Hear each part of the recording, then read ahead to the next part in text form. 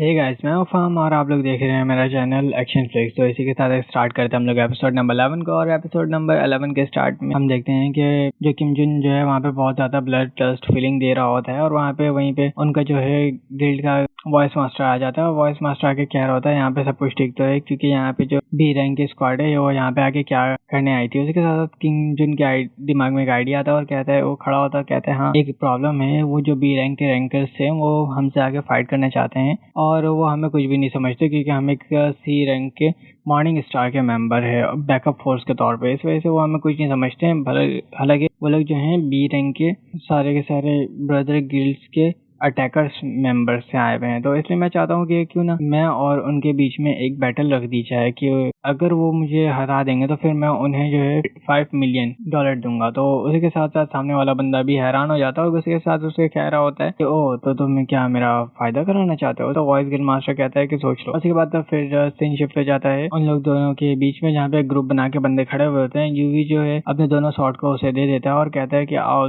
हम लोग combat type के फाइट स्टार्ट करते हैं। और वहाँ पे लू कहता है कि इतना डिस्टेंस हमारे लिए काफ़ी है और इतना कोई प्रॉब्लम नहीं होगा, हम आराम से टेलीपोर्ट होके अपने मास्टर के पास चले जाएंगे। और ली उससे कह रही होती है, मास्टर प्लीज केयरफुल, आप जरा देख के इसके ऊपर अटैक करिएगा। साथ साथ बी रैंक का जो बंदा होता है वो किम जुन की तरफ इशारा करके कहता है कि आ जाओ अटैक करने के लिए मेरी तरफ। और किम जुन जो है काफी ज्यादा जोर से वहाँ पे जंप करता है फोर्स के साथ और उसके तरफ अटैक करने के लिए बढ़ रहा होता है। और जैसे ही उसके तरफ जाके वो अटैक करता है, उसके मुंह से जो है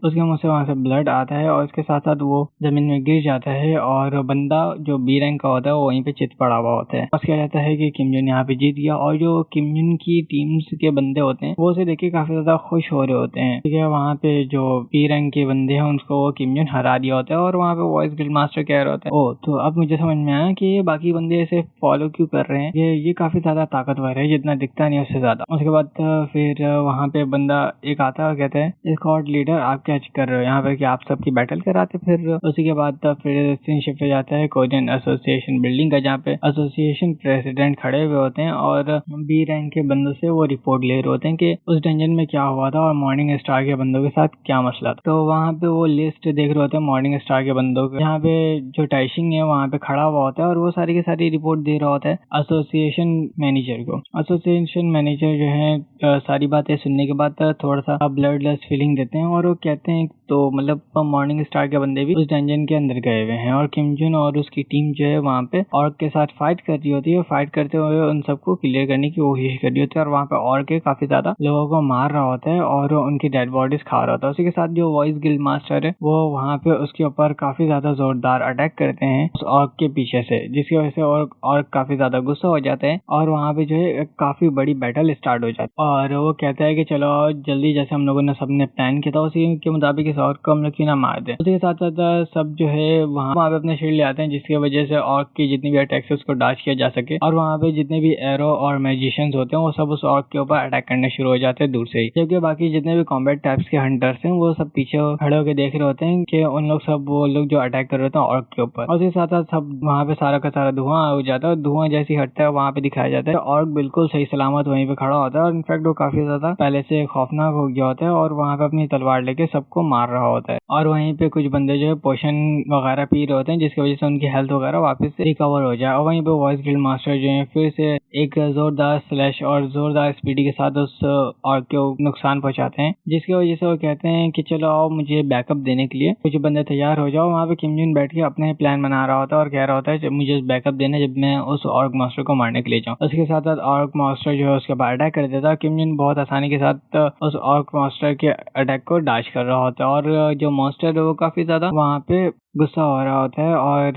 किम जुन जो है जानबूझ के उसे काफी ज्यादा गुस्सा दिला रहा होता है। और उसके सारे अटैक को डॉज करने के बाद तो जो किम जुन है वहाँ पे उस मॉन्स्टर के ऊपर अटैक करते हैं और मॉन्स्टर के ऊपर अटैक करते साथ ही सब लोग शौक के साथ देख रहे होते हैं, क्योंकि वो मॉन्स्टर काफी ज्यादा जख्मी हो गया होता है और वो अपने घुटनों में आ गया होता है। उसके साथ साथ फिर दोबारा वो मॉन्स्टर उठता है और दोबारा मॉन्स्टर उठते साथ साथ मॉन्स्टर उठते ही किम जुन के ऊपर अटैक करना शुरू हो जाता है। किम जुन वहाँ पे जंप करता है, जंप करते साथ किम जुन उस मॉन्स्टर के ऊपर फिर इसे काफी ज्यादा अटैक करता है और वहाँ पे काफी सारे बंदे शॉक होकर सिर्फ किम जुन और उस मॉन्स्टर की फाइट को ही देख रहे होते हैं और वो लोग सब रुके होते हैं और किम जुन उसके ऊपर लगातार अटैक किए जा रहा होता है बगैर रुके और काफी ज्यादा अटैक करने के बाद मतलब काफी देर तक फाइट चलती है किम जुन और उस मॉन्स्टर की और वो लोग सब देख के काफी ज्यादा शॉक्ड हो रहे हैं। उसके साथ साथ किम जुन जो है उस मॉन्स्टर को अकेले ही मार देता है और वो लोग सारे के सारे बंदे वहाँ पे शॉक्ड होके किम जुन को ही देख रहे होते हैं कि इसने अकेले मॉन्स्टर को कैसे मार दिया। तो जो वहाँ पे लू है वो कह रहा होता है एक डीमन ये क्या है। उसी के बाद जो वहाँ पे एक इको एक्टिवेट हो जाता है मतलब एक अलग डायमेंशन जैसे कि उस वुल्फ को मारने के बात हुई थी वही चीजें एक्टिवेट हो जाती है और किम जुन जो है लू की तरफ देख रहा होता है और वो कह रहा होता है कि लू इसमें तुम्हारा हाथ तो नहीं कहीं ये तुमने तो नहीं किया और तुमने इसकी सारी की सारी फिगमेंट को एब्सॉर्ब तो नहीं कर लिया अपने अंदर। जैसे ही ट्रांसफॉर्म होने लगा उसी के बाद फिर सब वहाँ पे अचानक से कह रहे होते हैं कि ये कहाँ गया अचानक से इतना ज्यादा ऑरा आया था। उसके बाद फिर सारा का सारा ऑरा कहाँ चला गया और आगे किम जुन जो है आगे देख रहा होता है। उसी के साथ साथ वॉइस गर्ल मास्टर किम जुन के पीछे आगे कहते हैं कि मेरे कुछ सवालात है किम जुन क्या मैं तुमसे पूछ सकता हूँ। उसके साथ साथ वो उसको एक किनारे पे ले जाते हैं एक दरख्त के पास और वो किम जुन से सवालात करने लगते हैं कि तुम एक किस टाइप के बंदे हो जो कि तुमने गिल्ड चाइल्ड गिल्ड वालों को भी एक ही पंच में ढेर कर दिया। उसके साथ साथ तुमने अकेले ही इस मॉन्स्टर को मार दिया। क्या मैं जान सकता हूँ तुम कौन हो और किस गिल्ड से तुम ताल्लुक रखते हो और तुम क्या हो और तुम किस टाइप का हंटर हो। ये सारी बातें करते करते वो अपना कार्ड किम जुन को देता है और कहता है कि मैं एक चाइल्ड गिल्ड का वॉइस लीडर हूँ तो अगर तुम चाहो तो हमारे गिल्ड को ज्वाइन कर सकते हो। वो अपने गिल्ड को ज्वाइन करने की ऑफर दे रहा होता है किम जुन को। उसी के साथ सीन शिफ्ट हो जाता है कोरियन एसोसिएशन बिल्डिंग के बाहर का जहाँ पे वो लोग सब बाहर आके खुशी से घूम रहे होते हैं और आपस में बातें कर रहे होते हैं कि उस मॉन्स्टर को किस तरीके से मारा और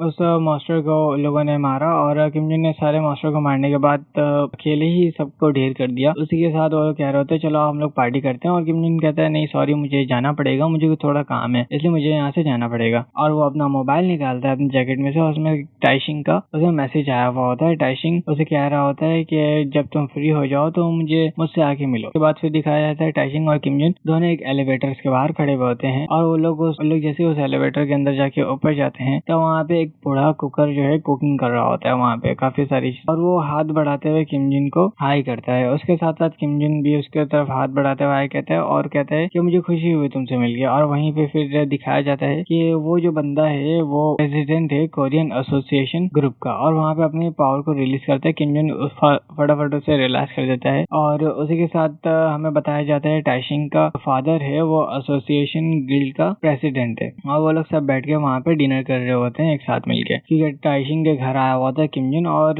किम जुन को इनविटेशन मिला होता है डिनर करने का और वो लोग वहाँ पे बैठ के बातें कर रहे होते हैं और कह रहे होते हैं टाइशिंग को क्यों ना हम लोग इसे हायर कर लें अपने ग्रुप के लिए अगर चाहो तो कहते हैं क्या कहते हो किम जुन क्या तुम हमारे ग्रुप को ज्वाइन करना चाहते हो। उसी के साथ सीन शिफ्ट हो जाता है बाहर का जहाँ पे टाइशिंग उसे बाहर छोड़ने आया हुआ होता है और कह रहा होता है मैं चाहता तो था कि तुम्हारे साथ एक अच्छा रिलेशनशिप कायम कर लूँ मैं। ये यूनिक एबिलिटी तुम होल्डर हो उसके साथ साथ तुम्हारे पास काफी ज्यादा ट्रिक्स एंड एबिलिटीज वगैरह है जिसकी वजह से तुम काफी ज्यादा ग्रोथ कर रहे हो। उसके साथ साथ उसे याद आ जाता है आयरन शील्ड ग्रुप के बारे में और वो कह रहा होता है मैं जस्ट एक लेवल 1 का प्लेयर हूँ और उसी के सामने जो है स्नोफिल खड़ा हुआ होता और सामने दिखाया जाता है कि एक डंजन ओपन हुई होती है वहाँ पे स्नोफिल खड़ा होता है। उसके बाद तो फिर सीन दिखाया जाता है उस डंजन के अंदर का जहाँ पे लोग जो है वहाँ पे एक मॉन्स्टर होती है उसको मारने की कोशिश कर रहे होते हैं और उस मॉन्स्टर के करीब करीब काफी ज्यादा फायर होते हैं। उस सबको लोग मॉन्स्टर को मारने के बाद वहाँ पे थोड़ा चिल करते हैं क्योंकि वहाँ पे सिर्फ 2 ही प्लेयर मौजूद होते हैं एक मैजिशियन और एक कॉम्बैट टाइप हंटर और वहाँ पे देखते हैं वो लोग के पूरी की पूरी डंजन फ्री होती है क्योंकि वहाँ पे जो है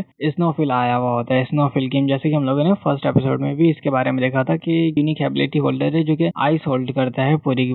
पूरी डंजन के जितने भी मॉन्स्टर होते हैं उन सबको फ्रीज कर देता है और फ्रीज करके कहता है चलो अब तुम आसानी से इन लोग सबको हंट कर सकते हो जितना भी तुम चाहो और जाओ अब इन सबको तुम लोग मेरे लिए मार दो। उसी के साथ साथ फिर क्लास की तरफ का सीन शिफ्ट हो जाता है। उसी के बाद जो है वहाँ पे एक कम्युनिटी का तरफ का सीन शिफ्ट हो जाता है जहाँ पे एंजेला गिल्ड डिक्लेयर करती है कि उन्होंने क्लियर कर दिया है 80 फ्लोर को और काफी जल्दी उन लोगों ने क्लियर कर दिया। वहाँ पे 2 बंदे के बारे में इंट्रोडक्शन दिया जा रहा होता है। तो अब हम नेक्स्ट एपिसोड में देखते हैं कि ये 2 बंदे कौन है और इनका कहाँ से क्या ताल्लुक करता है और ये लोग कौन से पावर को एबिलिटी होल्डर्स हैं। तो इसी के साथ हम मिलते हैं नेक्स्ट एपिसोड में, तब तक के लिए बाय बाय।